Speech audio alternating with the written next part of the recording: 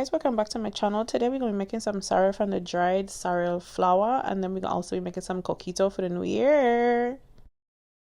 Alright guys, now with the actual sorrel, what you want to do, just like with any other thing, you want the hot water to be poured over both the fresh and the dried sorrel flour, because you want it to steep, okay? And I apologize, midway through you're going to hear me giving explanations to my friend about how to do this, okay? The sorrel now, we're going to leave that sit on for a little bit.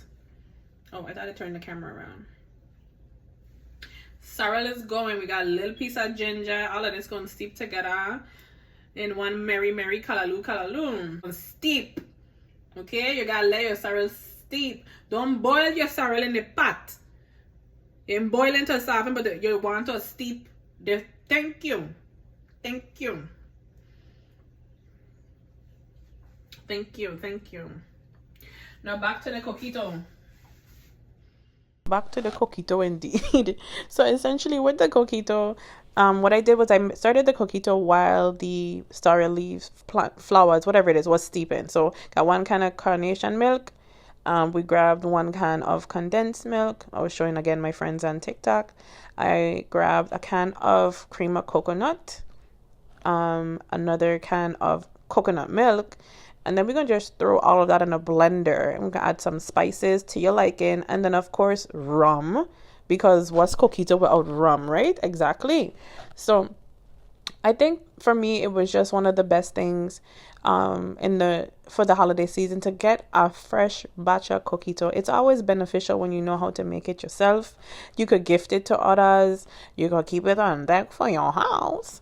But it just means the definition of like the holiday season, that it's begun. You know, it's nothing like a nice cold glass of coquito to just kind of remind you that, hey, today's the holiday season. We are now, you know what I mean, let's slow down. Let's go ahead and take in a day by day situation and, like, you know, spend time with your friends, with your family, with your loved ones, and just reminisce on how the year has been thus far for you and yours, right? You sit down and you reminisce. You're grateful for the blessings that you've received. You also want to go ahead and reminisce on those that we may have lost the previous year, you know. Whatever it is, it's just a point in time of reflection for everybody. So I always look forward to actually putting this together for gifting someone that I like converting these Yankee people. Sorry to say, but I like converting Yankee people to coquito lovers. It's always just something that just make me so happy, because they don't understand what coquito is, and when you actually see, like, their eyes light up and it's like, oh my god, I love this. And it's like, yeah, you know, I told you. I told you you would, you know? So I actually enjoy, like, making coquito. So now the sorrel has been steeping overnight, what we're going to do is we're going to actually put some sugar in there. Now, some people make this part different. Some people like to make this as syrup and then add this in. My mother had us doing this the old school way, which is you add in your sugar and you stir and you stir and you stir pretty much until you hear you can literally hear when the sugar is in there and when it starts to dissolve into the actual sorrel, and you're just going to continue adding the sugar to your liking. Some people like it syrupy. I'm not the biggest fan for that. I don't like or believe in adding water to drink a sorrel thing, but again, everybody have their own preferences. Mine is not a sorrel syrup. I like my sorrel juice to be pour and go. So that's what I'm doing here. I'm actually just stirring and stirring until the little bit of sugar that I've added in has dissolved. And I do this in increments of, like, very small increments, because again, if you over sugar, you can go from an actual juice situation to like a sorrel like syrup. And I really don't like having a vat of sorrel syrup sitting in my fridge and then you gotta add water to water it down. So you want to be sure that you're doing the small increments and continue to stir until you're not going to hear any more of the sugar being, you know, in the actual pot itself that you're dissolving it in. 12:34. Just got the key to go upstairs. I'm going to hear in space, guys. I'm so sorry. I'm sorry. Hello. Good weekend. Sorry.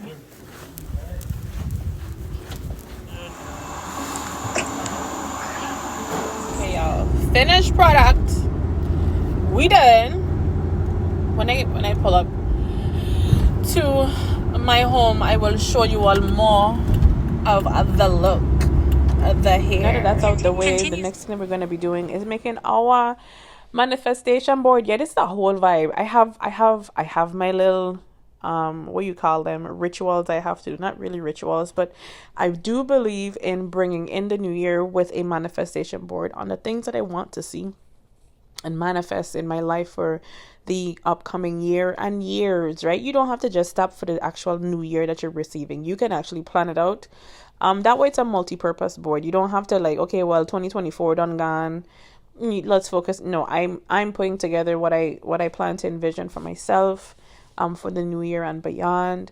So what I actually did was I found this catalog on Amazon, and it actually, you can type in, and I don't want to make it seem racial, but for me, I want to see images of like-minded individuals or people like me, if that makes sense.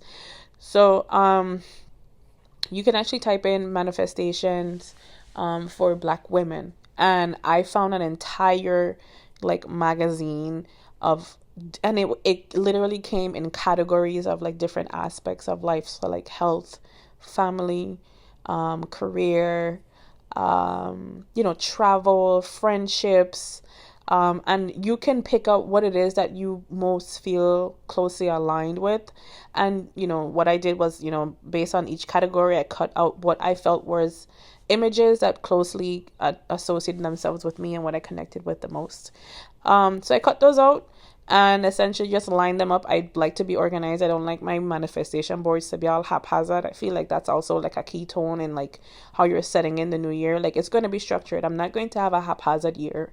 I want my year to be filled with this and then some, right? So I put together what it is I want to see for myself. I also put it together in ways that make sense. And it was, it made sense when you're looking at it. And it's a good reminder for the new year as your purpose. Sometimes we kind of go through life and we lose focus on the purpose. We kind of go into a survival mode. And that can kind of blind us from like the bigger picture and things, right? You do things to just survive versus doing things for your purpose. You will be able to see, well, by doing that, actually, rather, you're not focusing on the end goal. You can lose track of where it is that you're trying to go. And you might find yourself down a road that you didn't even want to go down to, right? Now you have to kind of find your way back out. So I think having a purpose, having a goal outlined for you, it helps you stay on track. It helps you stay focused. It helps you to see, even if what you're doing right now, as a self-check, right? Am I doing things right now that is going to help me get to where I need to go? Am I on the right road, right? So I think with the manifestation board, it helps me put together my vision for myself, and it helps me give myself like a aerial view of my life, and I can see the map, right? If I know the map and I know the end goal and I know the destination, then I can start to chart the right traction in the right direction, to get where I need to go. So if you have not done it, I definitely recommend that. Okay, 2025, we have already brought that year in.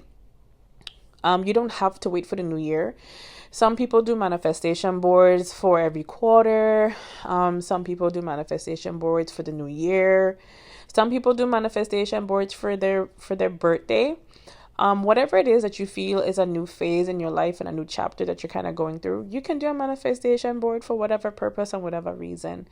I definitely would recommend, if you are a person of color, a woman of color, if you don't have to.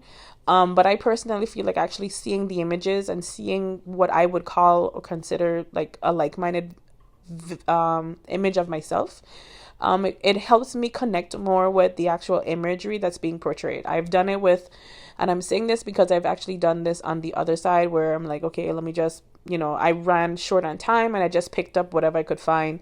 Even when I was putting together the manifestation board, it didn't feel like I had a personal attachment or a personal connection to it. It was like random images of like women doing things that I wouldn't even personally do, but because I wanted to make sure that I had some sort of a map for myself, I put it together. And it wasn't thoughtful, it wasn't intentional, it was just doing it for the sake of doing it, so I could say that I did it, right? it didn't align with me. And because of that, I kind of feel like, and I could just be superstitious, but I kind of feel like because I didn't create something I could align with, I actually fell short on a lot of things that I actually want to put forth on my vision board because that wasn't my vision. So needless to say, vision boards I will always push, I will always support. I feel like we should have them, just as a daily reminder. When you're getting up in the morning, you're not going to your 9 to 5 or your 8 to whatever, or even your 12-hour shift. I don't know what shifts you're working, but having that vision board in front of you when you wake up is reminding you, hey, listen, this is why we're here. You got to clock in. You got to dial in. We have to pull up our boots, like strap them up. Like we're not helping build a corporation. We are helping build ourselves. And by 1, we're going to get to 2. And then 2, we're going to get to 3. But we're going to stay on this road. So vision boards, 10 out of 10 would always recommend. And if you're watching this, again, we're coming on to the end of the video. I hope that everybody brought in the new year on some good vibes, good energy. And I genuinely hope that the year 2025, for the rest of the year, it meets y'all with nothing but pure and positive energy, nothing but blessings in so many realms and so many categories and areas of our life. And I look forward to y'all continuing to tune in. Make sure you like, comment, and subscribe to the channel so you could keep up with more content that's being published. And as always, thank you so much for taking time to spend time with me, man. Be blessed. Later.